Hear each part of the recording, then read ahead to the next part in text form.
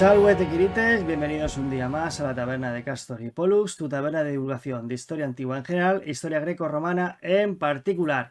Hoy vamos a hacer un programa a 3 dedicado a la gladiatura. De hecho, el primer programa que hicimos en el canal fue con nuestro amigo Turdetano en Cuero, hablando de la gladiatura en términos de recreación, pero hoy vamos a hablar de la gladiatura aprovechando la salida en vuestras librerías del libro Gladiadores, Valor ante la Muerte. Y aquí están presentes sus autores, Fernando Lillo Redonet, que ya es un fijo en el canal, ya había venido. ¿Qué tal, Fernando? ¿Cómo estás? Hola, encantado de estar por aquí otra vez. Y nosotros encantados de que hayas vuelto. Y bueno, y tenemos una cara nueva que es la coautora de esta maravilla ilustrada, María Engracia Muñoz Santos. ¿Qué tal? ¿Cómo estás? Bueno, pues mira, de Dana, estamos de Dana, estoy en Picaña y estamos recogiendo barro, así que he parado un poquito para hablar con vosotros. Y eso te lo agradecemos enormemente porque la verdad que ha sido un desastre. Y nos imaginamos que, bueno, es un esfuerzo bastante grande que has tenido que hacer por tu parte para poder estar aquí, cosa que, como te he dicho, pues te agradecemos y es un placer y un privilegio pues tenerte con nosotros en la taberna del Vicus Toscus. Pues nada, vamos a descorchar el legendario vino de Falerno, ¿eh? Legendario, como digo, siempre más allá del imperio, que hemos llegado hasta más allá de Japón y China, o sea que ya estamos hablando del otro lado del mundo, porque tenemos programas allí incluso. Y nada, tomad asiento porque nos vais a relatar grandes hazañas de hombres que lucharon a vida y muerte, ¿no? Sí, efectivamente, vamos a asistir en esta charla a, digamos, la historia de los gladiadores, casi como contada por ellos mismos y por los que les rodearon. Entonces, el libro recoge muy bien, a través de fuentes iconográficas y literarias, todo lo que era la vida de un gladiador y cómo se enfrentaba en la arena, la gente que había alrededor, la reacción del público, la popularidad que estos gladiadores tenían. Es decir, recoge un poquito todo lo que está alrededor del mundo gladiatorio y, sobre todo, basándonos en las fuentes epigráficas, arqueológicas, iconográficas. Hemos hecho una revisión de todas ellas para ofrecer una puesta al día interesante, amena, pero muy rigurosa. Sí, yo la verdad que me hice con mi ejemplar la semana pasada, que lo tengo aquí, para que veáis que no, que bien no miento. Luego se lo volverá al amigo que me lo ha dejado. No, es broma. Y la verdad que no tiene desperdicio. Tiene unas ilustraciones muy chulas, que eso al final siempre gusta, ¿no? Siempre acompaña que un buen texto pues sea acompañado por unas buenas ilustraciones y la verdad que se nota mucho mimo y muchísima documentación, ¿no? Que es lo que hemos hablado detrás de cámara, que aunque parezca que es escrito de forma sencilla para entenderlo mejor, requiere muchísimo trabajo de documentación, ¿no? Sí, efectivamente. Bueno, documentación, revisión. Hemos revisado iconografía, hemos revisado fuentes, hemos retraducido fuentes en algunos casos porque no acababan de convencernos lo que estábamos leyendo en castellano sobre todo. Y hemos trabajado también mucho fuentes secundarias, los últimos estudios que ha habido. Hemos aprovechado pues que yo estaba también muy puesta al día porque había la tesis la leí hace poco sobre espectáculos romanos y hemos aprovechado pues todos nuestros conocimientos y también nuestra pericia redactora, sobre todo Fernando, que es un máquina, y hemos, pues eso, hemos querido hacer algo que hemos hecho con mucho cariño, con mucho esfuerzo los dos. Hemos dejado muchas horas en este libro a contrarreloj, además, que hay que decirlo también, que nos han apretado mucho de la editorial para poder llegar a fecha y creo que para mí es uno de los libros que he escrito que más cariño tengo, porque además Fernando para mí, él lo sabe, empecé a leerle cuando todavía no había empezado la tesis, o sea, para mí era mi ídolo en escritura y el poder coincidir con él para escribir este libro ha sido un lujazo, la verdad. La verdad que te envidio, ¿eh? Algún día a lo mejor le pediré a Fernando que escriba conmigo cuando siga sacarme la carrera, que de momento todavía falta, pues las cosas que ya se han mencionado, ¿no? Por esas vicisitudes de la vida, pero bueno, poco a poco vamos haciendo. La verdad que sí, pues nada, pues muy contento de teneros a los dos y vamos, como decimos aquí, ¿no? Nen per feina, ¿no? Vamos a la faena. Pues la primera pregunta la voy a lanzar al profesor, ¿vale? El profesor Fernando. ¿De dónde viene la pasión por el mundo gladiatorio? Bueno, pues el origen, digamos, ¿no?, de estas luchas de gladiadores es oscuro, la verdad. en el capítulo primero del libro ya damos ahí todos los detalles, ¿no? Porque hay bastantes teorías, distintas teorías, pero se cree fundamentalmente que el origen está en el sur de Italia, en la zona de los Osco-Samnita, que tenían la costumbre de hacer lucha de gladiadores, no eran gladiadores, llamémosle de combatientes, con motivo de banquetes, también con motivo de la muerte de alguna persona. Luego hay otras fuentes un poco más tardías que relacionan este combate, digamos, a muerte de unos prisioneros al lado de una tumba, de un entierro, ¿no? De un funeral, como que la sangre derramada pues sería agradable al muerto, porque claro, el muerto de la antigüedad sabes que se caracterizaba por estar pálido, por estar sin sangre, entonces asociaban la sangre a la vida, ¿verdad? Y por eso este ritual, digamos, esta lucha, normalmente eran prisioneros de guerra. Luego había otra teoría que dice que eran duelos rituales que se hacían en honor a los difuntos. El caso es que los romanos, tenemos datos ya en mediados del siglo III a.C., es el primer combate de gladiadores que tenemos documentado, puede que hubiera otros antes, pero este es el que hemos conservado, en el que los hijos de un famoso romano, Décimo Junio Bruto Pera, pues para honrar a su padre, hicieron una lucha de gladiadores y la ofrecieron a los demás. Es decir, que un evento, digamos, el funeral era un evento privado pero público, sobre todo si era una persona importante, en el funeral se dejaba claro esa importancia y esto era un añadido más de esta importancia. Poco a poco, estos combates que se hacían primero ligados a motivos funerarios, se fueron desligando de ese motivo inicial funerario, se fueron convirtiendo ya en un espectáculo que tenía sus réditos políticos. Ahora nos puede contar María Grecia un poco que César fue uno de los primeros que supo aprovechar esta vicisitud, porque hizo algunos juegos en honor de su familia, pero que ya habían muerto hacía tiempo. Es decir, no era ya en el momento del funeral, sino que pasaban años, a él le convenía, bueno, ahora me conviene hacer, yo lo hago en honor a mi padre, pero ya hace muchos años que ha muerto, pero no importa, lo hago en honor de él, pero lo que estoy buscando es un rédito político. Sí, efectivamente. Bueno, los primeros espectáculos como tales, reales, como los tenemos en la imaginación todos, que ocurren en las películas y tal, aparecen con Julio César. Es el primero que lleva más parejas de gladiadores a la arena, aparecen animales, o sea, la idea que tenemos del espectáculo romano realmente aparece con Julio César y se va desarrollando luego a lo largo del tiempo. Augusto es el que los reorganiza, lo ordena todo, ya pone horarios, digamos, o también ordena los asientos del anfiteatro y tal, pero el espectáculo comienza realmente con Julio César, parece ser, al menos que tengamos fuentes, no sabemos si es antes porque no tenemos ninguna noticia, pero parece que ya con Julio César es algo a lo grande, es el espectáculo en sí. O sea, que se podría decir que Julio César vio el tirón que podían tener delante del pueblo y quiso aplicarlo de manera, ¿cómo decirlo? O sea, vio que podía sacar rédito de eso, ¿no? Organizarlo para conseguir ganar campañas electorales, por poner un ejemplo, pues podría utilizarlo con esos fines.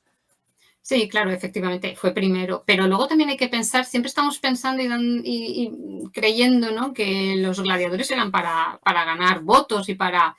Ojo, que hasta cierto punto, ¿no? Porque a partir de Augusto pone a la gente a dedo. Entonces, ahí se mezcla otro tipo ya de objetivo. Además, en las pequeñas poblaciones como Pompeya sí que sabemos que se buscaba la votación. Pero en Roma, ojo, cuidado, que Augusto ya es quien manda, ¿no? Es el rey, aunque él no quisiera llamarse rey, pero era un monarca. Y a partir de ahí son todo monarcas. Entonces, ahí no hacía falta votaciones ni nada porque él iba a gobernar. También tenemos que tener en cuenta una cosa que siempre lo olvidamos, y es que los gladiadores los paga el editor. O sea, lo que es en Roma, en provincias funciona de otra manera, es pago del bolsillo de la persona que los está organizando. No es como el circo, las carreras de carros, que eso sí que sale de las arcas del Estado, ¿vale? En el caso de la gladiatura en Roma, es el editor el que lo paga. En provincias funciona de otra manera. tienen un pequeño pago, ¿vale? Porque es en honor a, pues a lo mejor a uno de los emperadores, tienen un pequeño pago de lo que es el Estado, ¿no? Y ellos añaden para mejorar, ¿no? De su propio bolsillo para hacerlos cada vez más grandes y más impresionantes, ¿vale? Pero siempre hay que recordar que en realidad esto no lo pagan los impuestos de la gente, ¿vale? Esto es un espectáculo que sale del bolsillo de Augusto, de César o de quien sea, ¿vale? O de Cómodo. Lo pagan ellos. Ojo. ¿De ahí vendría la diferencia a lo mejor entre Ludi y Munus? Eso es una cosa muy complicada, la definición, porque sí que es verdad que los juegos, los ludus, son los circos, ¿vale? Las carreras de cuadrigas y tal, como las imaginamos por Ben-Hur y todas estas películas, ¿no? Y el munus en realidad es la lucha gladiatoria que se convierte en munera, porque es el plural, ¿vale? Cuando se juntan ya los tres espectáculos, que son la mañana venationes, el mediodía la damnatio, ¿vale? Y al final, por la tarde, los juegos gladiatorios. O sea, munus es solo los gladiatorios y munera es el plural que ya abarca a los tres espectáculos. Y entonces, los ludus, están dedicados a los dioses, mientras que los munera no están dedicados a los dioses, están dedicados a la gente, a Roma, al estado militar, digamos, ¿no? Al mundo militar. Entonces también hay que tener esa diferenciación, es importante, sí.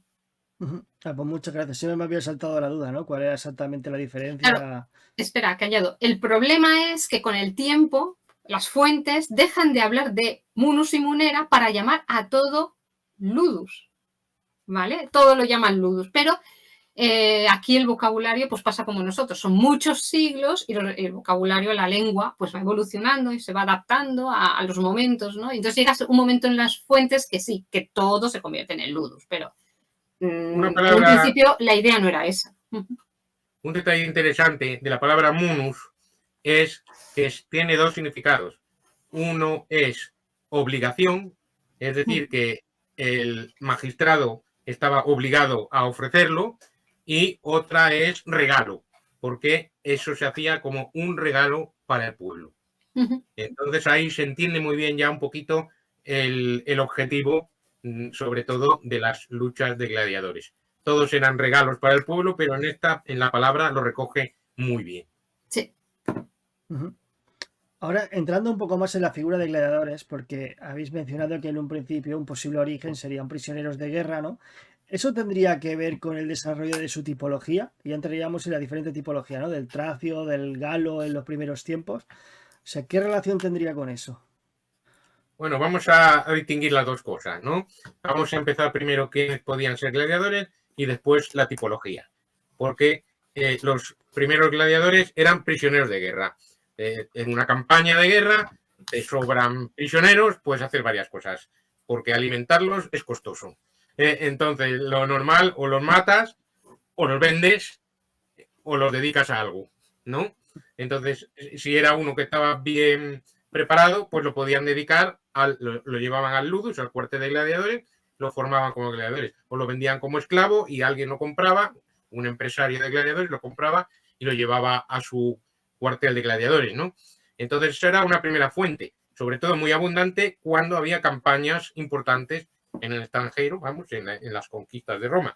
Habría otros momentos, en momentos de paz, que tampoco fueron tantos, pero entonces también había esclavos, es decir, tú tenías unos esclavos que vendían y el lanista iba al sitio de los esclavos y decía, bueno, yo me compro este porque veo que puede tener buen futuro.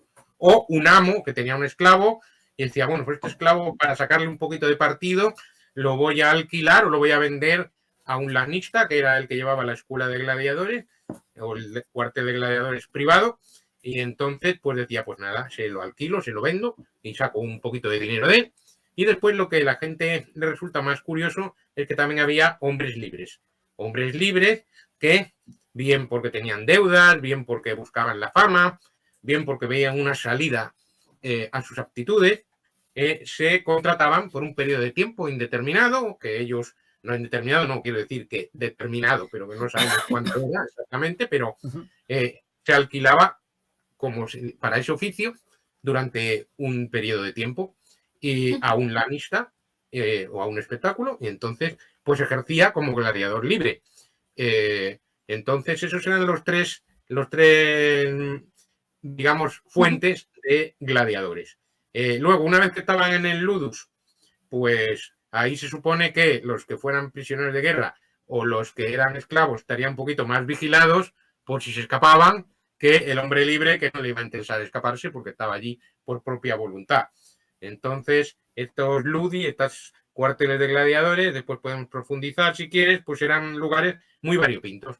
Tendrían una parte, digamos, más estricta y otros lugares más laxos, ¿no? Porque también sabemos que había gladiadores que tenían mujeres e hijos. Y entonces no sabemos si vivían dentro del ludus o fuera del ludus, pero sí sabemos que muchos gladiadores difuntos eran su mujer y sus hijos los que dedicaban a la lápida, o sea que familia tenía. ¿Dónde vivía esa familia? Pues eso ya es hipótesis. Podía vivir dentro del ludus y participar de la infraestructura del ludus o podía vivir fuera. Entonces, eso no lo sabemos, pero sí que sabemos que tenían esa familia, ¿no? Entonces, de estos tipos de todos estos gladiadores, cuando llegaban al ludus, pues se les asignaba una especialidad. Una especialidad según sus aptitudes físicas y tenían entrenadores en esa especialidad. Normalmente solo cogían una especialidad. Había algunos casos en que un gladiador podía tener 2 especialidades, pero normalmente eran especialidades próximas. ¿De dónde habían nacido estas especialidades? Habían nacido primero, muy vagamente, de los primeros gladiadores. Por ejemplo, Tracio, conquistan a Tracia, te viene un gladiador tracio y hace un poquito como las armas de Tracio, pero luego las modifican para ser gladiadores, ¿no? Es decir, y queda el nombre de gladiador tracio. Samnita, pues lo mismo, era el pueblo de los samnitas, combatía con un escudo grande, pues entonces le llaman los samnitas, ¿no? Y entonces así, esa primera que se llama una gladiatura étnica, que le llaman, ¿no? Por el origen de esos pueblos, pronto deriva en un tipo de gladiador. Es decir, que luego el tracio no tenía por qué ser un tracio, ni el samnita ser origen del samnio. Es decir, que ya los gladiadores se le asignaba eso con esos entrenadores. O sea, ahora le puedo dejar a Gracia que explique los tipos. O sea, se podría decir, así a modo de resumen, que tienen un origen en su lugar donde fueron capturados por los pueblos derrotados por Roma, y llegó un punto en que ya cuando se ampliaron las conquistas, esto ya careció de sentido y se fueron convirtiéndose como una especie de especialización. Sí, no, tú ten en cuenta que si el origen es ese, ven los tracios, prisionero tracio, bueno, pues primero combate con tus armas, dicen, oye, pues esto está muy bien, estas armas, la espada curva, el escudo pequeño, está muy bien, pues vamos a adaptarlo al mundo gladiatorio. Entonces viene otro que puede ser de otro sitio y dice, bueno, pues tú por tus características te pongo tracio, pero ya no tiene nada que ver con el origen que venga de Tracia, sino que le asignan esa especialidad. Y había fundamentalmente 2 especialidades. Los de escudo grande y escudo pequeño, que también coincidían con los fans del escudo grande y los fans del escudo pequeño. Vale. Ahora cuéntanos, María Gracia, un poco los tipos, si te apetece ahí. Si se da un breve resumen así de los diferentes, bueno, los principales. De los puntos principales, así para no liar, porque sin ver las imágenes es difícil imaginártelas. Pero bueno, vamos, los más básicos. Os puedo contar, por ejemplo, mi favorito es el tracio. El tracio y el murmilo son mis favoritos. El tracio, pues, por ejemplo, para distinguirlo del resto es muy fácil. Lleva la sica, ¿no? Que es esa espada curvada. No sabemos si es curvada, si es en codo, ¿verdad, Fernando? Ahí tuvimos una discusión los dos. No, ¿Es curvada? ¿Es en codo? Yo creo que hay 2 tipos. La iconografía nos dice que hay unas curvadas y otras que hay en codo. Sí, estuvimos un debatillo ahí los dos. Les voy a buscar una. Luego, por ejemplo, también tenemos el murmilo, otro de mis favoritos, que es ese que tiene ese casco tan grande, la cara cubierta y que tiene pues la gladius y tal, pero se distingue sobre todo por el casco que muchas veces está muy decorado y tal. Luego tenemos, por ejemplo, el retiario, muy fácil de distinguir, ¿no? Por la red y por el... Mira, nos está enseñando una sica, Fernando. Eso es. Esta sería la sica. Que sería la espada del tracio. En ángulo. Y luego también había otro modelo que era sin ángulo, que sería curva. Sí. ¿Vale? Tenemos los 2 modelos. Esta es de madera, para entrenamiento o para entrenamiento en el Ludus Santomé, que es mi instituto, que no puedo llevar las armas de verdad. Entonces me hicieron esta espadita para luchar con los chavales y que no se mataran demasiado. Ahora que estoy viendo el arma, un pequeño paréntesis, o sea, ¿qué se utilizaría? O sea, ¿cómo se blandería ese arma? ¿El pico iría...? La iconografía la cogen así, Sí, ¿vale? La cogen el, así. Luego hay el- algunos recreadores que quieren cogerla así, sí, pero el pero pico va claro, para arriba según la iconografía, para ¿no? arriba. Sí. Era así, pero después, si ves el movimiento, haces así, le puedes cambiar el movimiento. Porque, ¿por qué tiene la curva? Para darle a la espalda en el mirmilón. Entonces yo voy así y pon a mi espalda, que yo tengo el escudo de mirmilón largo, que ahora veremos lo que es el mirmilón. El único punto débil que tengo es la espalda. Entonces hago así y se la clavo por aquí atrás. Ujú. Ujú. O sea, Sigue con el sí, volviendo Sika. a la charla que me parece interesantísima. O sea, habíamos repasado el murmillo, que para mí es mi favorito. Ya me declaro fan del murmillo. El tracio, el retiario. El retiario va con la red, con la rete, ¿no? Y con la fuxina, que es el tridente, ¿no? Que solemos decir. Luego está. Tengo la cabeza todavía en el barro. Tengo la cabeza fatal. Luego, por ejemplo, tenemos el secutor, ¿no? Que también se le llama a veces contrarretiario, que es el que suele luchar contra el retiario, que no lleva nada que sobresale. Dicen que probablemente es porque si te tiraba la red, de esta manera no se quedaba enganchada para dar más espectáculo, porque en el momento en que se quede enganchada, pues ya estaba la lucha estaba ya, ¿no? Terminada. Nos enseñan aquí el casco de un secutor. Los tesorillos de Fernando. Y luego estaba, ¿cuál más? Fernando, ayúdame. El oplómaco, Pues mira, el oplómaco. El oplómaco, sí. que Un poquito para. luchaba. Aquí veis el casco de Executor, que era un casco que era para respirar muy mal, porque no tiene para respirar en la boca. Entonces el Executor significa perseguidor. Sí. Para ponernos un poquito los tipos claros, tenemos una pareja, para que la gente se imagine mejor, la pareja primera de la que ha dicho María Gracia, Tracio Mirmilón, ¿vale? Escudo pequeño contra escudo grande. Después, la otra pareja que había después era el Mirmilón contra el Reciario, ¿vale? Que sería red contra escudo grande. Y luego el Mirmilón después evoluciona, cambia de casco, digamos, porque el casco del Mirmilón lo tengo también en mi tesoro. Menudo tesoro. Mira qué casco. El casco de mirmilón es este, muy grande, y aquí la red se engancha. Se engancha la red. Malo para el mirmilón, claro. Por eso después, como ha dicho María Gracia, se pasa a este casco liso, que algunos dicen que esto parece un pez, ¿no? Y el reciario sería el que está cazando al secutor. ¿Vale? Es decir, que el mirmilón evoluciona a secutor para poderse enfrentar mejor al reciario, porque así ya por aquí resbala la red y ya no lo pilla. Exacto. Ya no lo pesca, entre comillas, ¿no? Y eso serían los cascos. Luego hay otro, que era el que decíamos último, que era el oplómaco. El oplómaco era una variante de Tracio que tenía un escudo redondo y una lanza. Sí, este derivaba de los griegos, de la falange griega, de ahí, vamos. Lo curioso es que lo que son el samnita, el tracio y tal, lleva un momento que dejan de usarlos, pero al oplómaco lo siguen usando hasta muy tarde, ¿no? Como si los griegos siempre fuesen enemigos, ¿no? Es muy curioso este tema, que también lo tratamos en el libro. Hay la idea de que esas primeras gladiaturas étnicas, como ponían a luchar a los enemigos entre sí, pues era que los enemigos siempre acababan muertos, ¿no? El enemigo de Roma acababa muerto. Porque, según alguna interpretación, no hay ningún gladiador que sea el romano. Siempre son los pueblos extranjeros. Pero bueno, sí, ya son hipótesis de teoría de por qué eran los pueblos extranjeros. Pero ya digo, es interesante ver esto, que primero era gladiatura étnica y después ya técnica. Aquí ya llega un momento en que ya da igual que si vienen de los griegos, que si vienen de los tracios, no le importa nada. Ya la gente ya conoce la técnica de cada combatiente y entonces eso es lo interesante.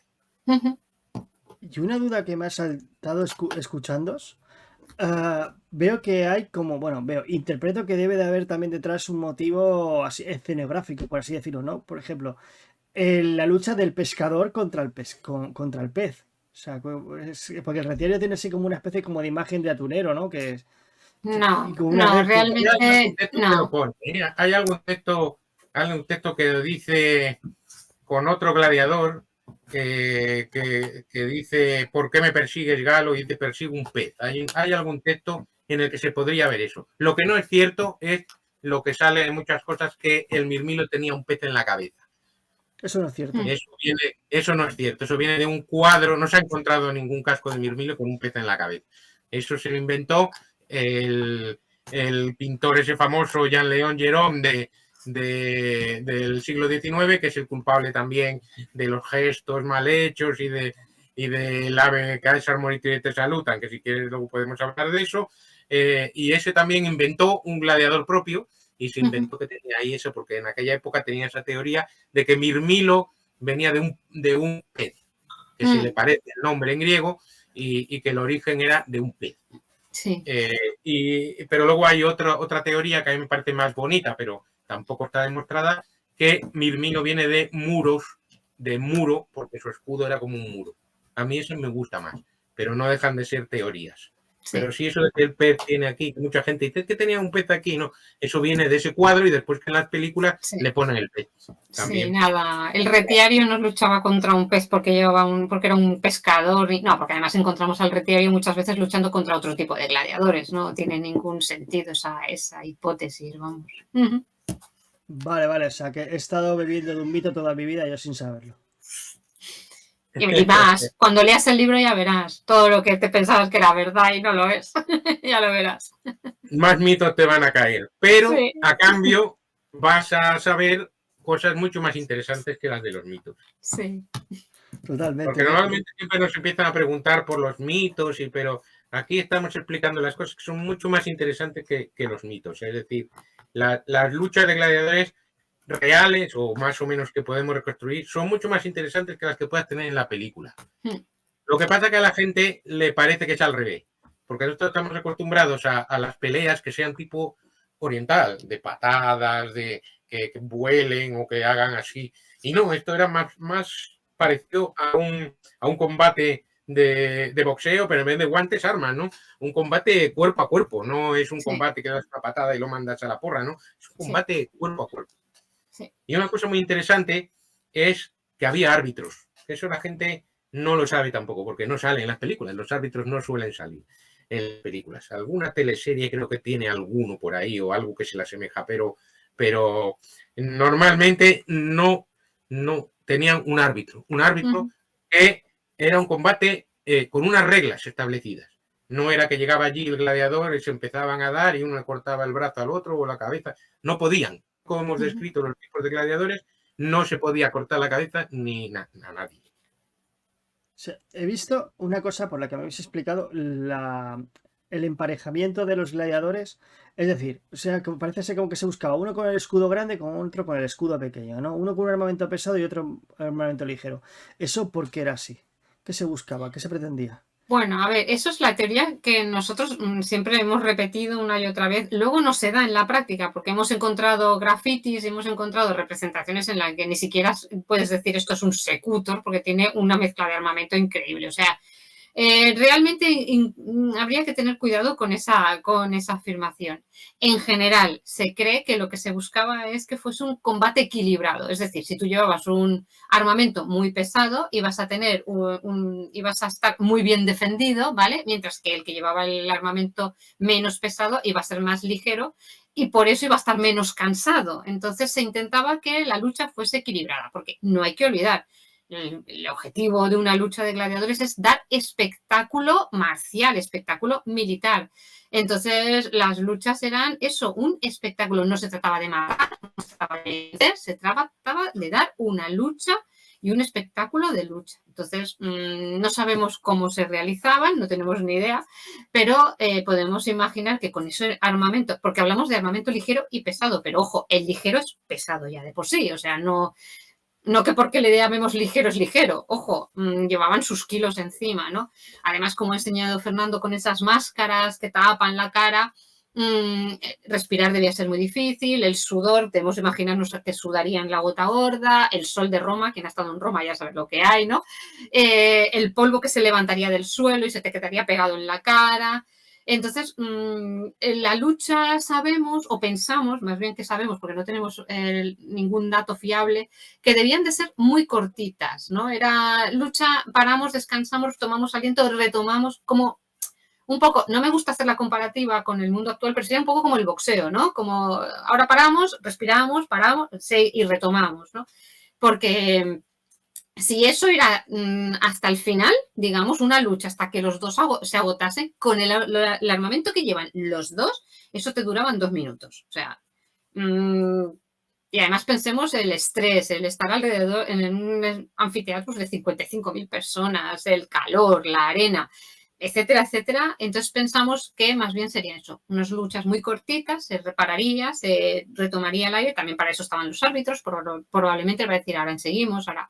Otra cosa que la gente desconoce, había música mientras se luchaba. ¿Qué sonaba? No lo sabemos. ¿Qué instrumentos? Nos podemos hacer una pequeña idea por algún mosaico. Hay un hidráulis, hay gente tocando la trompeta hasta que es circular, ¿no?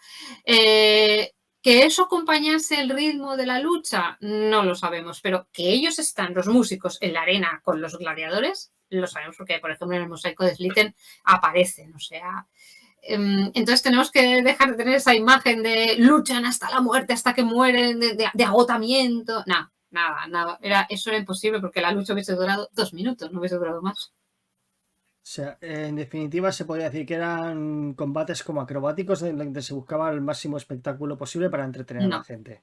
No, pero acrobático no. No es... Porque la gente piensa que eran atletas o deportistas. Nosotros no somos de esa opinión. Esto podían morir. Y no buscaban acrobacias, buscaban que uno de los dos perdiera, lógicamente, y que fuera un buen espectáculo, de acuerdo con unas reglas que no conocemos, pero que el público sí conocía, y por supuesto los árbitros también conocían. Pero lo que interesaba era mostrar valor, mostrar una virtud, mostrar una virtud marcial, valor ante la muerte, ante la posibilidad de morir. No hagamos presentismos, pero, por ejemplo, el torero, ¿qué valoramos también? Pues que se está jugando la vida, ¿no? Entonces, el gladiador se jugaba la vida en cada batalla. Y eso era lo que al público también le gustaba, la posibilidad de que después pudiera morir. Pero no tanto por ver sangre y que saliera la sangre y ver la sangre del gladiador, sino por ver un buen espectáculo, como ha dicho Marian Grat. En el boxeo también... haciendo las diferencias, ¿no? Pero la gente que está haciendo el boxeo no va al boxeo para ver cómo le da un puñetazo y le saltan los dientes, porque no se pueden saltar tampoco, pero que le noqueen o que se salga la sangre por la... No, van a ver, oye, qué bien ha luchado, ¿no? Qué bien ha luchado, y la ha dejado cao, pero qué bien ha luchado. Ha empleado todas las técnicas, también como en el fútbol, ¿no? En el fútbol vemos que la sensación buena es que te queda, qué buen partido que he visto. Qué buen partido, qué bien han jugado, ¿no? Y entonces en este caso era lo mismo. Y dependiendo de lo bien que lo hicieras, podías luego sobrevivir o no, porque ahí estaba, digamos, el secreto. El gladiador no tenía su función principal, no era matar a su oponente, era vencerle.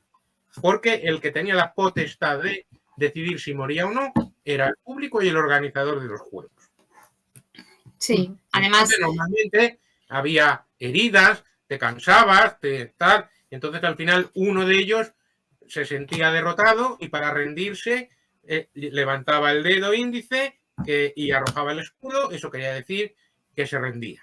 Y el árbitro que estaba allí paraba el combate y esperaba a ver cuál era el veredicto del público. De hecho, en ese mosaico que citamos antes de Hitler, que es de Libia, tenemos a un árbitro que está sujetando la mano de un gladiador que se ha emocionado demasiado y que quiere rematar al otro. Pero interpretamos que no, que eso no debería ser así. solo puede matarlo con permiso del público y del organizador. Sí, además, respecto a lo de que el objetivo era el espectáculo de la lucha, tenemos que pensar que Roma es una sociedad militar, es una sociedad marcial, o sea, todo el mundo está educado para luchar y para vencer, ¿no? Entonces, parece que los gladiadores forman parte de esa educación marcial, pues, de la sociedad, ¿no? Entonces, por eso, el objetivo no es matar, el objetivo es dar un buen combate. Sería como un combate en una batalla, ¿no? Solo que está llevado al anfiteatro, ¿no? El objetivo es ese. O sea, buscar la estética de un buen combate, en resumidas cuentas. Efectivamente. Y tú conseguías fans si eras un gladiador que sobrevivías a la primera vez, que eso era lo más importante, sobrevivir la primera vez y podías, ¿eh? Incluso tenemos algún graffiti que dice que en una lucha de uno que no había luchado nunca contra otro que había ganado 12 veces, contra todo pronóstico, que ahí estaba el interés, ganaba el que no había combatido nunca. Sí. Entonces, ¿y qué pasaba con el que había perdido y había tenido 13 luchas? Pues que sus fans, lógicamente, dirían, no queremos que muera, perdónalo. Le pedían el perdón para ese gladiador para que pudiera seguir luchando en más ocasiones. A lo mejor otra ya no se le va a perdonar, pero la primera vez que perdía con un palmarés invicto, pues oye, todo el mundo tiene su fallo, se habría confiado, el novato habría dado todo de sí porque no tenía nada que perder, en fin, ahí estaba la gracia. Es lo mismo que cuando es un equipo de fútbol de mucho relumbrón y lucha contra uno, juega contra uno que es de una división, bueno, de la misma división, pero de los últimos de la fila. ¿Y qué pasa? Pues que, oye, alguna vez gana, ¿eh? Alguna vez gana, no está asegurado el triunfo del que está más poderoso. Ahí está la gracia. Si no, ya dirían, bueno, pues claro, uno de muchos, otro de pocos, va a ganar el de muchos seguro. No, no. Entonces había tres posibilidades. Una, que una vez que uno perdiera y si perdía, moría, le decretaban la muerte o decretaban su perdón. Y otra posibilidad era que empataran, que se diera un empate entre los dos, un empate técnico. Eso se llamaba stantes misi, significaba que los dos salían de la arena de pie, que ninguno había vencido. Y después estaba un único combate que tenemos documentado, que el emperador Tito, posiblemente el emperador Tito, en la inauguración del Coliseo, en un combate que estaba muy igualado, en vez de declarar que habían empatado, los declaró a los dos vencedores. Y los dos salieron vencedores. Prisco y Vero se llamaban estos gladiadores. No sabemos de qué tipo eran, porque no lo dice el poema, pero estos, después de una larga batalla muy igualada, el emperador Tito, en un alarde de decir, bueno, pues ahora voy a hacer algo que no ha hecho nunca nadie. En vez de que empaten, los dos ganan. A los dos le dieron la palma de la victoria y además a los dos le concedieron la libertad. Entonces, eso fue una vez, que sepamos. Podría pasar más veces, no lo sabemos, pero lo tenemos documentado una vez. Y aquí también entraría el valor económico, ¿no? Porque, claro, un gladiador es una inversión que tú estás manteniendo, que les tienes que dar de comer, que te genera unos ingresos. Claro, no te puedes estar cargando, hablando en términos vulgares, a tu máquina, o sea, a tu inversión. Claro, de todas formas depende de si eras novato o si llevabas tantos combates o si eras una estrella, ¿no? Los precios los tenemos reflejados en una tabla que apareció en Andalucía, ¿no? Me parece, ahora no creo que está en el Museo Arqueológico Nacional y ahí pone los precios de los gladiadores. Lo que sí que sabemos es que si era un gran campeón y daba mucho dinero al lanista, que era aquel que era el dueño, ¿no? del ludus, del cuartel de gladiadores, donde eran entrenados, donde vivían y tal, si era un gran campeón y moría en la arena, el editor tenía que pagarle una indemnización al lanista, o sea, por haber perdido a su gran estrella, que era el que le aportaba más cantidad de dinero. Entonces, interesaba que no muriese, claro, obviamente, ¿no? Quiero decir, que en el momento de la decisión final siempre el público ayudaba a decidir, ¿no? Al editor, sobre todo en el tema el momento de los emperadores, ¿vale? Pero si era muy caro, probablemente el emperador ahí intentase salir, ¿no?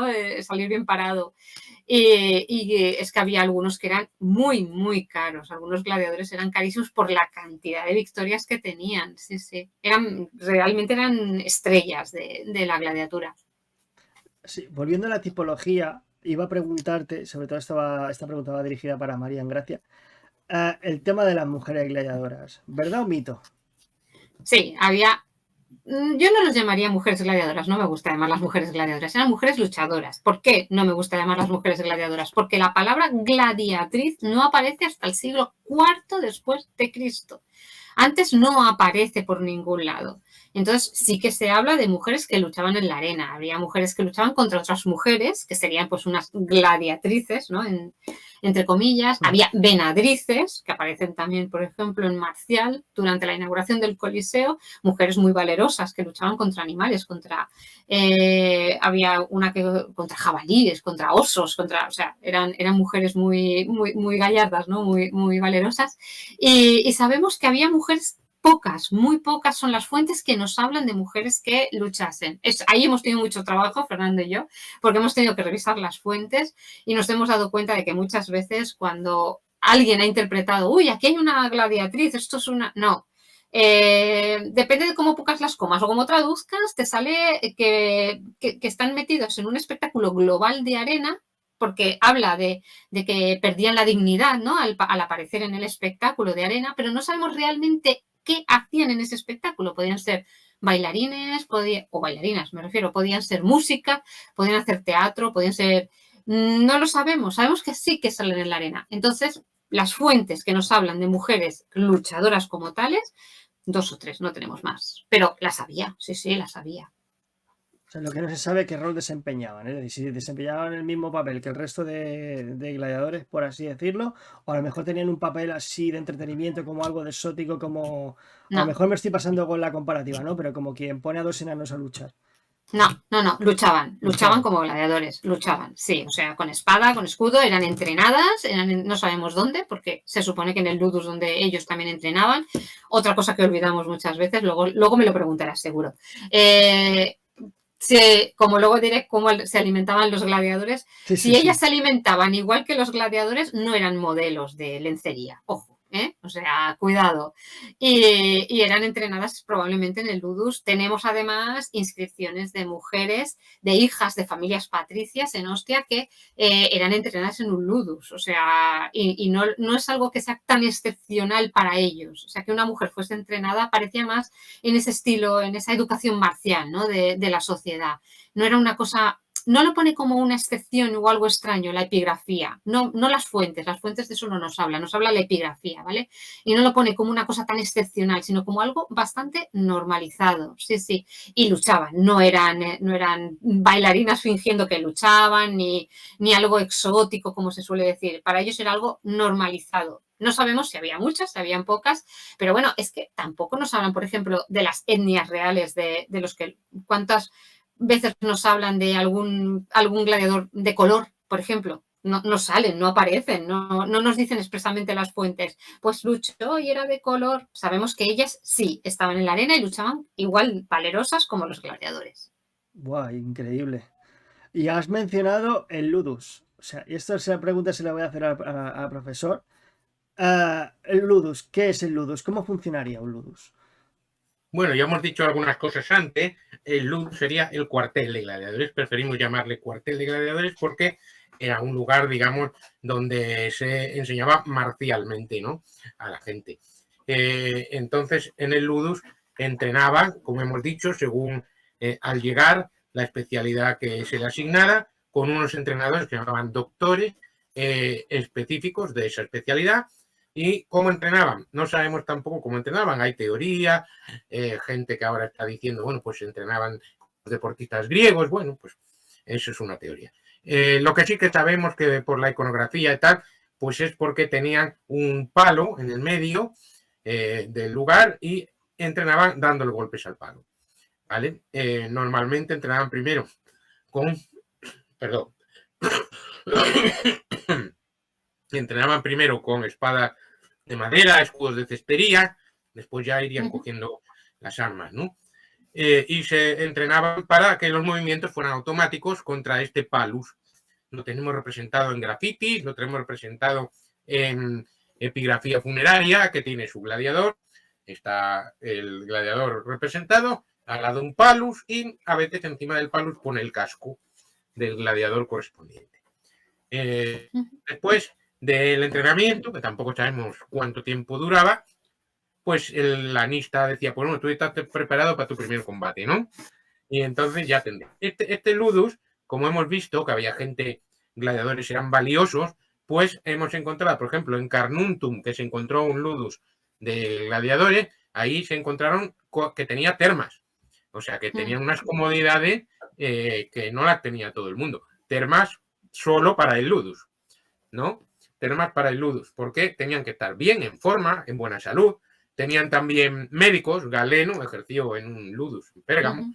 Es decir, que tenían que tener una buena alimentación, que de hecho ya ahora nos habla María Engracia de la alimentación dentro de unos minutos, y una buena atención médica para si tenían heridas, cortes, bueno, estarían llenas de cortes, imagínate, después de unos cuantos combates tendrían cicatrices, muy guapos no iban a ser. ¿Vale? Y sabemos también algo de cuál era su alimentación, que María Engracia nos puede dar más detalles sobre este asunto. Sí, te iba a preguntar, porque tenía el debate sobre todo en su fisonomía, ¿no? O sea, ¿serían gente musculosa o serían gorditos, como dicen por ahí, que además que los cebaban para que tuviesen esa capilla de grasa que les sirviese de protección? Yo no sé qué pensar, a ver si tú me puedes solucionar la duda, porque la verdad que me carcome. Bueno, yo me baso en las pruebas, ¿vale? Como buena arqueóloga. Vamos a ver, sabemos que por Éfeso, por el cementerio de Éfeso, bueno, recordemos que los romanos incineraban a sus difuntos, es decir, no tenemos huesos de gladiadores en Occidente, pero los tenemos en Oriente, porque allí los inhumaban, ¿no? Por los estudios que se han hecho de los huesos y por algunas fuentes, Plinio, por ejemplo, nos habla de ellos, sabemos que se alimentaban básicamente de trigo o cebada. Eran hombres de grano, dice Plinio, ¿no? De trigo o cebada, ¿cómo? En forma de gachas, o sea, no en forma de pan ni en forma de gachas. Tenían el privilegio, la suerte, cosa que no todos los romanos, ni siquiera los romanos libres podían tener, de comer 3 veces al día, ¿vale? Comían 3 veces al día gachas. Eso no quiere decir, ojo, cuidado, eso que repiten una y otra vez por todos lados, eran vegetarianos. No, no eran vegetarianos. O sea, un vegetariano, por decisión propia y por filosofía de vida, decide no comer carne. Si a un gladiador le hubieses puesto un filete de un bistec, se lo hubiese comido sin ningún miramiento. O sea, no tendría ningún tipo de problema en comerlo. Pero la carne no era muy normal en Roma. O sea, hay que pensar que no era un alimento que estuviese normalizado en ningún estrato de la población. Los ricos, los más ricos, podían comer carne, pero la gente normal no comía carne si no tenía una gallina a la que matar o un cerdo al que había criado, ¿vale? No era normal. Entonces, se ha calculado por los huesos que ingerirían unas 6.000 calorías diarias. 6.000 calorías diarias basadas en hidratos de carbono, ¿no? Que sería a eso a veces le añadían pues legumbres como lentejas, judías, que también las puedes hacer, añadir a las gachas también trituradas, ¿no? ¿Carne comían? No, no comían carne, aunque se diga por ahí. En Éfeso, efectivamente, han aparecido huesos de de 2 cuerpos que tenían trazas de haber ingerido carne. Pero ojo, de 90 y tantos, 2 tienen trazas de haber ingerido carne. ¿Eso qué quiere decir? Que la podrían haber ingerido antes de ser gladiadores, no mientras eran gladiadores, ¿vale? 90 y tantos cuerpos ya nos dicen que no comían carne, ¿vale? Entonces, ¿cuál era su dieta? Eso, era trigo o cebada en forma de gachas, a las que a veces añadían legumbres como lentejas o judías y complementaban la dieta con una infusión de cenizas de hueso o de cenizas de árbol, bueno, ¿sabes? De carbón, perdona, es que tengo la cabeza fatal, de carbón, ¿vale? Y eso hacía como para darles el calcio, porque claro, si te fijas en esa dieta que estamos diciendo, no tiene calcio. Claro, para los huesos eso no es bueno, ¿no? Entonces, esa dieta lo que conseguía era que tuviesen una capa de grasa muy, muy gruesa encima del músculo y del hueso, lo que evitaba heridas muy graves, roturas de huesos, que llegase la espada al músculo. Y tenemos que imaginar que los gladiadores, incluidas las gladiatrices, porque tenían la misma alimentación, todo lo tenían igual ellas, tenemos que hablar de personas corpulentas. Yo no hablo ni de personas gruesas, o sea, gordas, ni de personas, de chicos de gimnasio. Habría que imaginar más bien pesos pesados de boxeo o levantadores de piedra vascos, ¿vale? Estas personas que son muy grandes, muy fuertes, pero que el músculo no está tan desarrollado por encima de la grasa, sino que más bien es la grasa la que destaca, ¿no? en el cuerpo. Entonces, tenemos que dejar de pensar en esos chicos guapos de gimnasio, no existían, además, como ha dicho Fernando, heridos, tullidos, con heridas muy graves, mal curadas, pero que podrían seguir luchando, obviamente, días después, a pesar de que las heridas las tenían mal curadas y tal, y que las heridas no solo eran por la lucha, eran también por el entrenamiento era muy duro, recibían unos castigos corporales muy importantes y todo eso dejaría huella en el cuerpo del gladiador, ¿no? Entonces, nada, dejemos de pensar en chicos guapos, chicos de gimnasio y pensemos más bien, pues eso, yo creo que en un peso pesado de boxeo, pero todo magullado y todo con sus cicatrices y sus heridas. Ojo, también hay que pensar, no es como el fútbol de ahora, que hubiese partido todos los fines de semana, ¿vale? La gladiatura, o sea, las luchas de gladiadores eran 2-3 veces al año, nada más.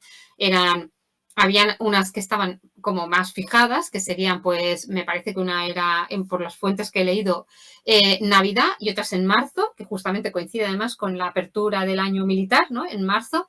Y luego, pues, habría excepcionales como cumpleaños, inauguraciones de algún templo o de algún monumento y tal, pero no eran todos los fines de semana. O sea, un gladiador luchaba a lo mejor al año 5 veces o 6 veces, no luchaban mucho más. Bueno, otro mito que se te cae, ¿eh? Bueno, pues no te creas, ¿eh?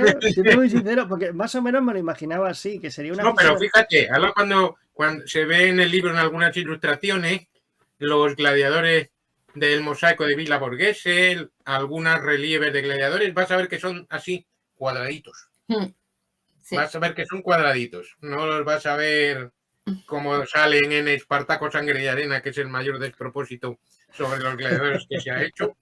Pero me encanta. Pero ahí, si quieres saber lo que no es un gladiador, miras eso y ya sabes, lo pones todo al revés y aciertas. Sí. Yo me los imaginaba, claro, teniendo en cuenta el tipo de alimentación y las ilustraciones, tenía que buscar un equilibrio, ¿no? Porque a veces parecía que no, como que no coincide, ¿no? Lo que te reflejan con lo que come. Y yo me los imaginaba como halterófilos, ¿no? Como estos levantadores de peso que en las Olimpiadas tienen que levantar, pues me lo imaginaba así, por el tipo de esfuerzo, la cantidad de calorías, pues, jolines, 6.000 kilocalorías son muchas calorías. Son muchas, pero también... Cuando vemos una imagen hay que tener mucho cuidado cuando vemos la iconografía. Vamos a ver, una imagen romana no es una fotografía de la época, ¿vale? Ahí entran en juego muchas cosas, entra la destreza del artista o del artesano, pero también las modas. Muchas veces nos representan a los gladiadores muy atléticos, pero porque la moda viene de Oriente, de Grecia, de esos atletas olímpicos y tal, que están muy bien formados, pero porque es una moda, no... Muchas veces Fernando y yo lo hablábamos cuando estábamos escribiendo el libro. Parece que el que está representando una imagen ni siquiera ha visto un espectáculo de gladiadores, ni ha visto un gladiador. Es como que le viene de oídas, se lo han contado, se lo han dibujado de alguna manera en algún trozo de cerámica o en un papiro o lo que sea, y el artista intenta interpretar lo que está viendo. Entonces, a lo mejor la representación es un gladiador que tiene que llevar una espada larga, pero como no le cabe en la lucerna, él reduce la espada y entonces aparece un cuchillo en lugar de una espada. Claro, para nosotros no podemos cogerlo al pie de la letra, no son fotografías, pero para un romano le daba igual, veía el gladiador y él sabía que ese gladiador no podía llevar un cuchillo, él llevaba una espada larga y con eso ya era suficiente. Entonces hay que tener mucho cuidado porque la iconografía muchas veces, pues como nuestros cuadros actuales, vienen regidos por las modas, por el gusto del que lo paga, muchas veces, por la destreza del artesano, por muchos motivos. Entonces cuando decimos, no, es que los ponían muy guapos, no, es una moda helenística probablemente, no tenga nada que ver con la realidad y a lo mejor ese artesano no ha visto nunca un gladiador en su vida, pero dijeron, no, ponle así de esta manera y él pues a lo mejor tenía en mente al diadúmeno, ¿no? Y le hacía de esa manera, ¿no? Entonces hay que tener mucho ojo con la iconografía, no se puede tomar al pie de la letra. vamos, seguiría unas convenciones artísticas, sería una tradición Claro, efectivamente. oriental. Pero bueno, muy guapos, yo no he visto ninguno tampoco No, en no. la iconografía. Muy guapos tampoco hemos No, visto. no. Porque ya digo, no eran atletas, ellos no los concebían como atletas, No, que serían más apolíneos, ¿no? sí. Concebían como luchadores. Sí, es que hay que tener en cuenta que en la antigüedad el deporte como tal no existe, el deporte no se inventa hasta el siglo XIX. Entonces, para los romanos, además, los atletas, no el deporte, ojo, los atletas eran griegos y los griegos eran maricones, básicamente. Entonces, todo lo que fuese, era así, ¿no? Era así. Todo lo que fuese que estuviese relacionado con el mundo griego. Una cosa, a ver si me van a censurar el vídeo. No, broma. Bueno, era lo que pensaban los romanos, yo no pienso. Claro, Yo también lo que me han dicho. Pero lo dicen las fuentes. Sí, Lo sí, dicen lo las dicen las fuentes, yo no lo fuentes, digo. las fuentes. Nada, totalmente, Las fuentes era lo una dicen. broma. Sí. El Graeculus Entonces, que venía en las fuentes era el grieguecillo y no todos tendrían esa idea, pero sí que tenían Sí. una idea muy sí, establecida. El entonces, estereotipo. como básicamente no era por cómo eran físicamente y tal. Ellos pensaban que lo era porque competían desnudos. Eso es la idea de son gays, ¿no? Es porque iban desnudos a las Olimpiadas y corrían desnudos y lo hacían todo desnudos. Para eso un romano era impensable, un hombre desnudo, por Dios, eso era impensable, ¿no? Entonces, pues claro, no podemos pensar que el romano concebía todo esto como deporte. ¡Ojo, cuidado! El deporte no existe hasta el siglo XIX, lo repito, ¿vale? Otra cosa es el mundo atlético, ¿vale? Los agones griegos, que todo el mundo dice, no, pero eran como los agones griegos. Bueno, en los agones griegos también había competiciones de poesía, de canto, de declamación, y eso también entraba dentro de las Olimpiadas, ¿vale? Que eso muchas veces lo olvidamos, esa otra parte, ¿no? Entonces, para los romanos, hacer deporte era lo peor. Luchar, entrenarse para luchar, eso sí era lo que hacían, que se iban al campo de Marte y se pasaban el día entrenándose y tal, pero lo otro era de griegos y los griegos no estaban muy bien vistos. Os he traído esto para que le echéis un vistacito. Ay, no se ve bien con la calidad de imagen. Si quieres, no se ve. Me pasas una imagen por privado y después yo en la edición de vídeo lo pongo aquí para... ¿No la ves? Para que se vea. No se distingue muy bien por la calidad. No sé, es marrón todo. Vale. Bueno, pues esto que... Sí, es que no se ve muy bien. A ver ahora sí un poquito más cerca. Sí, es un graffiti. Es el graffiti de Pompeya. ¿Vale? Sí. Esto sería un graffiti que indicaba que la popularidad de los gladiadores. Tenemos grafitis en el mundo romano de gladiadores, unos cuantos, y también hechos por niños. Que ahí hay otro debate interesante. ¿Iban los niños a las luchas de gladiadores? Pues no lo sabemos. Pero los niños hacían grafitis de gladiadores. Bien porque se lo habían contado, bien porque habían ido, o bien porque los habían visto pasar por la calle de su barrio. ¿Vale? Y tenemos, ¿cómo sabemos que son de niños? Porque son dibujos muy toscos y con las típicas cosas de niños, de cabezas grandes y, bueno, pues los estudiosos ya saben, no lo ha hecho un niño, no lo ha hecho un adulto, ¿no? Entonces, tanto niños como adultos hacían grafitis de gladiadores, es decir, imagínate, un adulto es más seguro que haya ido al espectáculo y entonces después dice, pues ahora voy a dibujar lo que he visto en el espectáculo. Entonces, esgraciaban los gladiadores y le ponían el nombre del gladiador. Gracias a eso sabemos muchos nombres. Le ponían la victoria, si había ganado. Si ponían una V, decía Vicit, venció. Si ponían una M, era Missus, perdonado. Ponían una P, Perit, perdió. Y el número de combates y el número de coronas. Entonces tenemos una buena pila de graffiti donde tenemos las luchas que estaban ahí porque eran muy populares. Es decir, el gladiador, por ser socialmente bajo, ya era considerado infame, ¿no? De poca categoría, ¿vale? Pero porque tenía un valor ante la muerte impresionante y porque era muy popular, daba un espectáculo, a la gente le gustaba, tenía esa ambivalencia, era muy adorado por la gente también. Sabemos que había, entre comillas, peñas de gladiadores. En Oriente las tenemos realmente. En Occidente creo que no se ha visto ninguna inscripción, pero en Oriente tenemos una que se llamaban los amantes de las armas. Amantes de las armas y que eran seguidores de un grupo de gladiadores local de su ciudad. Entonces seguían a sus gladiadores, les apoyaban y también al dueño de los gladiadores. Es decir, era un poquito la peña de gladiadores, de aficionados. Incluso tenemos también alguna inscripción que nos habla de que los amatores, los aficionados, ayudaron a pagar la lápida del gladiador difunto. Wow, eso no lo sabía. Es interesante. Porque las lápidas de gladiadores nos dan una información muy rica, sobre todo las de Oriente, que se explayan más en cosas curiosas. Las de Occidente son más racionales. Ponen la edad, tal, pero las de Oriente es como si el gladiador hablara en primera persona. Y una cosa muy curiosa es que no aceptaban la derrota. Es decir, el gladiador, su lápida pone, hablando él en persona, dice: no me venció el adversario, me venció la fortuna. ¿Vale? Me venció la fortuna. Alguna pone, me venció la fortuna y una mala decisión del árbitro. Sí. Claro, eso pasa hoy en día también. O sea, que hasta en eso somos romanos, es increíble. Claro. La culpa no es mía.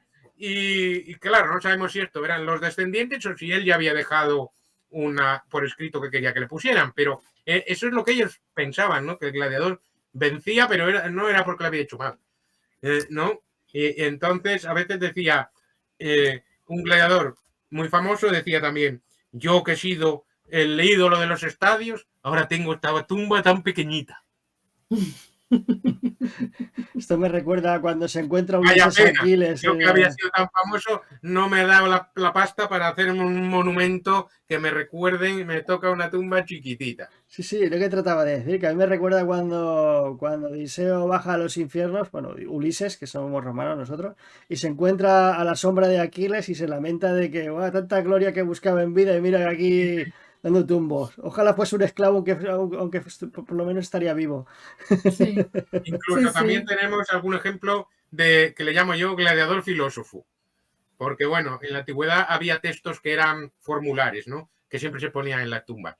Y uno de ellos era, yo fui y ahora ya no soy, pues viajante, hasta luego, ¿no?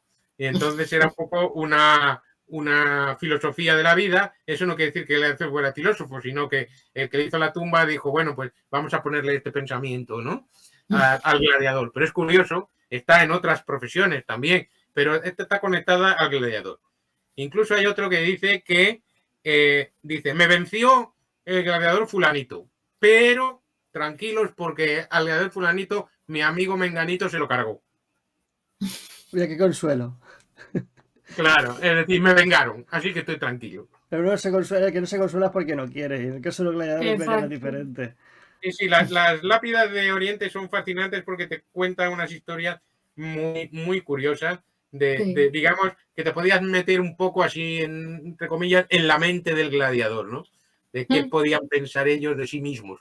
También se ha encontrado graffiti en el que los gladiadores son como ídolos de las mujeres. Por ejemplo, uno dice un gladiador que era el suspiro de las chicas.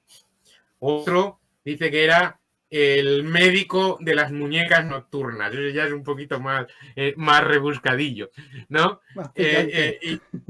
Y esto, ¿quién lo escribió? Estos son grafitis reales escritos en las columnas de una casa de Pompeya que se cree que fue o bien la primera escuela de gladiadores de Pompeya o bien un lugar muy frecuentado por gladiadores. Esas son las dos teorías que hay. Entonces, claro, ¿quién escribió esto?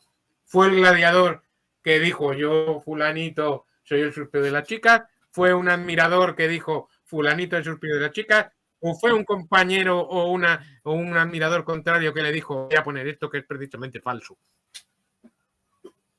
¿Sí? Sí. Tenemos las tres posibilidades, lo cual le da mucha riqueza al graffiti también y un misterio. ¿Era el gladiador consciente de su valía? ¿Era uno que estaba burlando de él? ¿Era un amiguito que le decía mira, qué bueno eres? Es que es muy, muy interesante.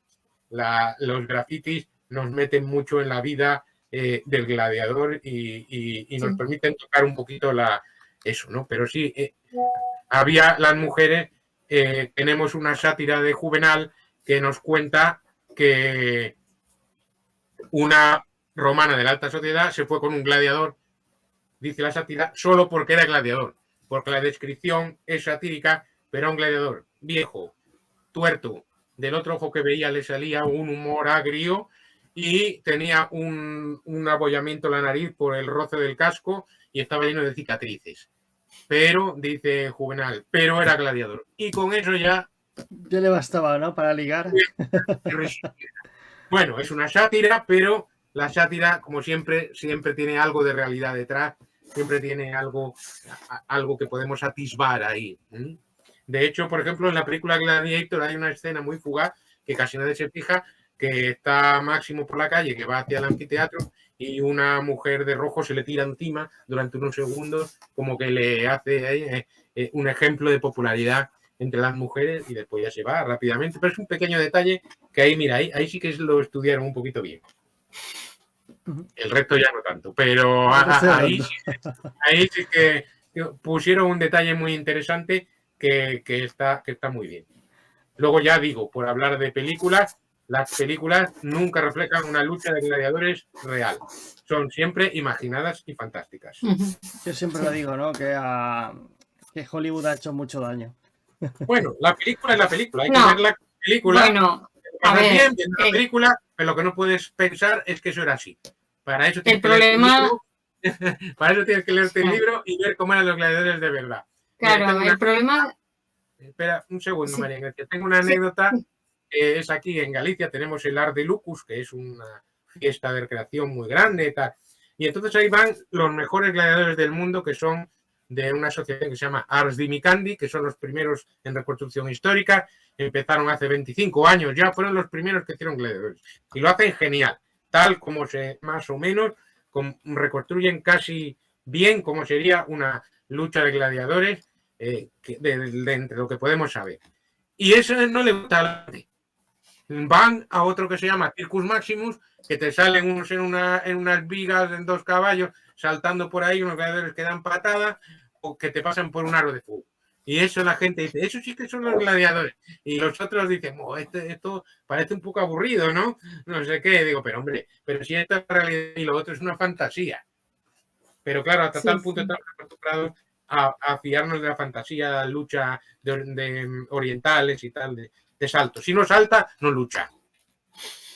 Es espectáculo. ¿Qué ibas a decir, María, referente al cine? Sí, que bueno, a ver, yo creo que el cine es para disfrutarlo y que los que estamos equivocados somos nosotros. O sea, siempre criticamos al director de cine porque creemos que una película es un documento histórico. Ojo, cuidado, el problema lo tenemos nosotros. El director es un artista, puede tomarse todas las libertades que quiera, igual que lo hace un pintor o lo hace un músico, y puede traducir o llevar a la pantalla lo que quiera y como quiera. El problema lo tenemos nosotros, que creemos, los que estamos viendo esa película, que esa película es histórica. Ahí tenemos el problema nosotros, ¿vale? Sí, pero María Gracia, yo hay acabo que de tener leer, mucho cuidado.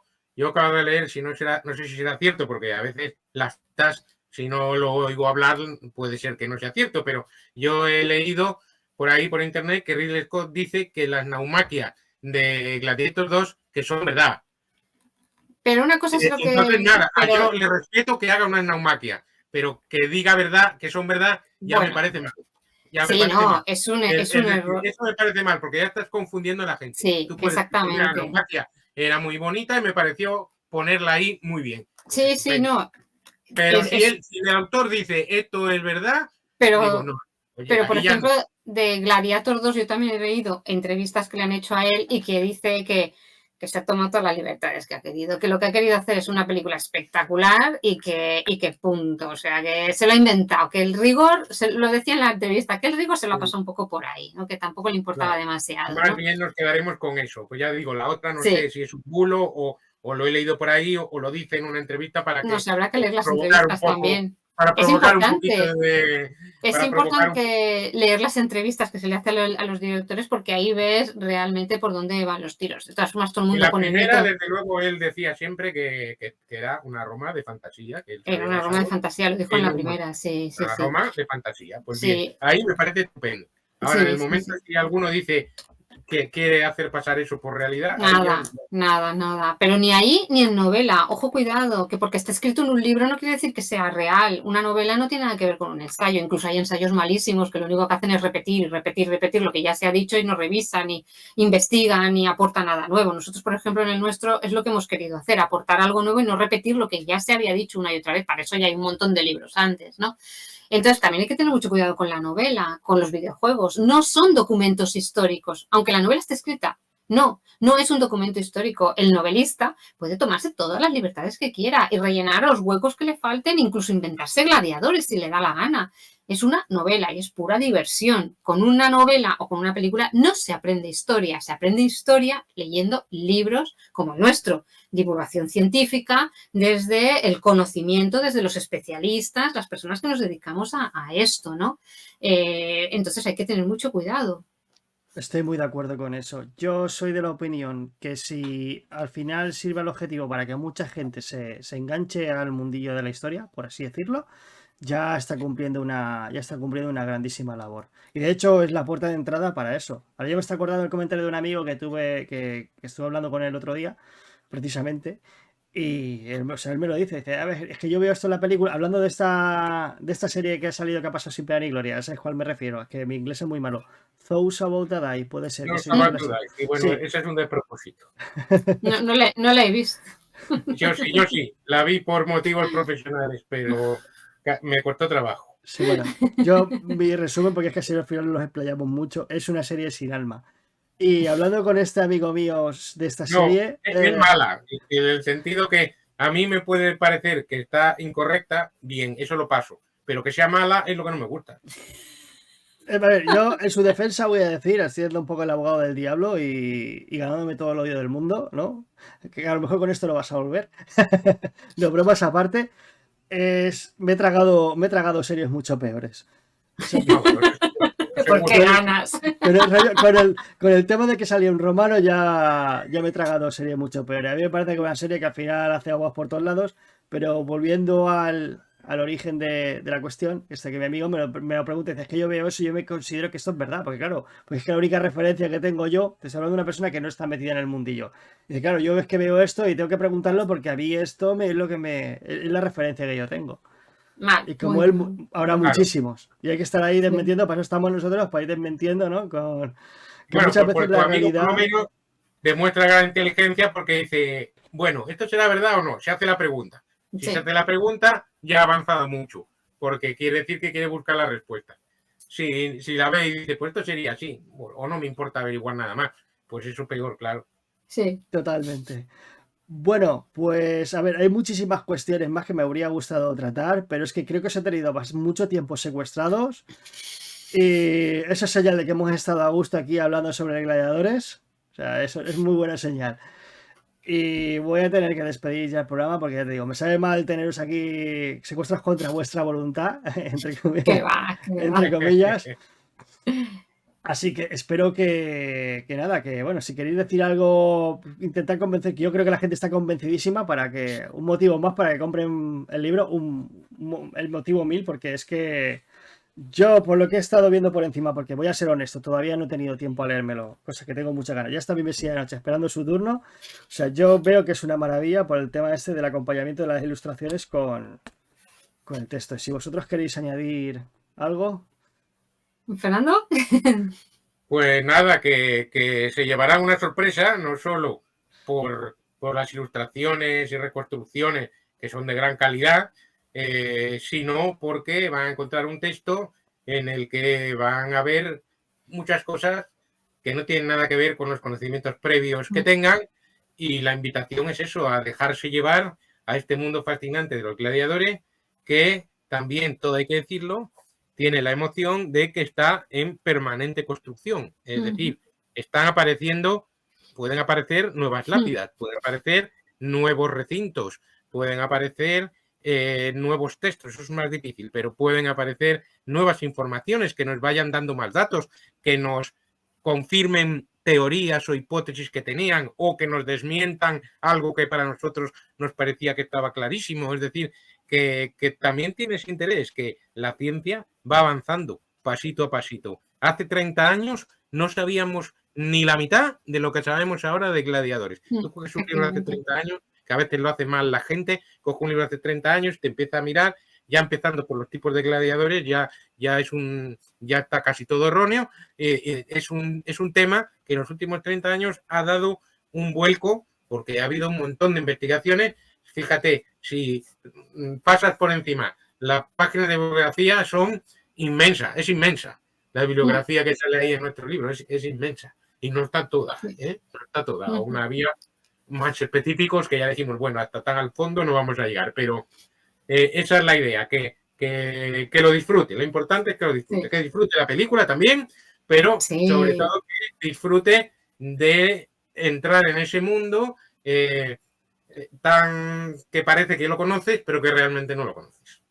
Sí, y yo añadiría que nos hemos esforzado mucho en escribir el libro de manera que pueda llegar a muchos tipos de público, a público especialista, a público que sepa de mundo romano, pero también a la juventud que se está ahora introduciendo y que probablemente después de ver la película le surjan muchas preguntas, dudas, quiera aprender más del tema. Hemos intentado que la forma de explicarlo pueda ser para todos los públicos, por decirlo de alguna manera, y que la gente lo pueda comprender y que la lectura sea muy fluida para que la gente no se atasque ni se aburra leyéndonos. Nos hemos esforzado mucho en eso para que llegue a todos los públicos. Es decir, que aunque seas jovencito, estés viendo esto y digas, madre mía, esto se me queda grande, no tengas miedo, léelo, cógelo, cómpralo, léelo o sácalo de una biblioteca o pídeselo a los Reyes Magos, lo que quieras, y léelo porque hemos intentado eso, que pueda ser entendible para todo el mundo. Pues ya sabéis, taberneros, Gladiadores, Valor ante la muerte, como ya he dicho, yo ya tengo mi ejemplar, aquí está, lo vuelvo a mostrar, de la editorial Despertaferro, que esta editorial, como he dicho al principio del programa, no tiene desperdicio, tiene números buenísimos, sus ilustrados son la caña, y este número pues hace honor a la editorial. Y bueno, Fernando, María, muchísimas gracias por haber venido a la taberna. Fernando, quiero que sepas que tenemos pendiente un programa sobre el circo, no me olvido. Memoria a corto plazo la tengo fastidiada, pero a largo plazo, macho, no se me olvida. Así Muy que... bien, muy bien. Ya iremos viendo. El mundo romano es muy amplio. Sí, hay material para rato. Pues nada, muchísimas gracias. Y María, lo dicho, que cuando quieras lo mismo, que hay un montón de temas que tratar, así que esta es tu casa, cuando quieras volver a la taberna. Bueno, ya te tocaré la puerta, no te preocupes. Espero que... Exacto, tú llámame y espérate un poco a que acabe de quitar barro, Eso te iba a por favor. decir. Esto se normalice un poquito porque ahora voy un poco de cabeza, pero sí, cuando quieras invítame que yo acudo sin problema. La invitación ya está echada. Ya se trata ya más que nada acordar fechas. Perfecto, Bueno, ahí estaré. pues nada, muchísimas gracias a los dos y os ofrezco para abandonar la taberna, que en Roma ha caído ya la noche cerrada, y siempre ofrezco a mis 15 gladiadores dándolo, ya es una redundancia que hemos hablado de gladiadores de la tarde. Siempre ofrezco a mis 15 gladiadores hispanos para que os acompañen a vuestros aposentos. ¿Pero están buenos? ¿O? Pero eso ya sabes que la belleza es algo subjetivo. Pues nada, lo dicho, muchísimas gracias. Y a vosotros, taberneros, pues deciros como siempre que si os ha gustado este contenido, pues lo apoyaríais mucho dándole un buen me gusta, suscribiéndose al canal, compartiendo con vuestros amigos y dándole a la campanita para que no os perdáis ninguno de vuestros programas favoritos. Y ahora sí, con esto me despido con un buen valete, et gaudete quirites. Hasta otra.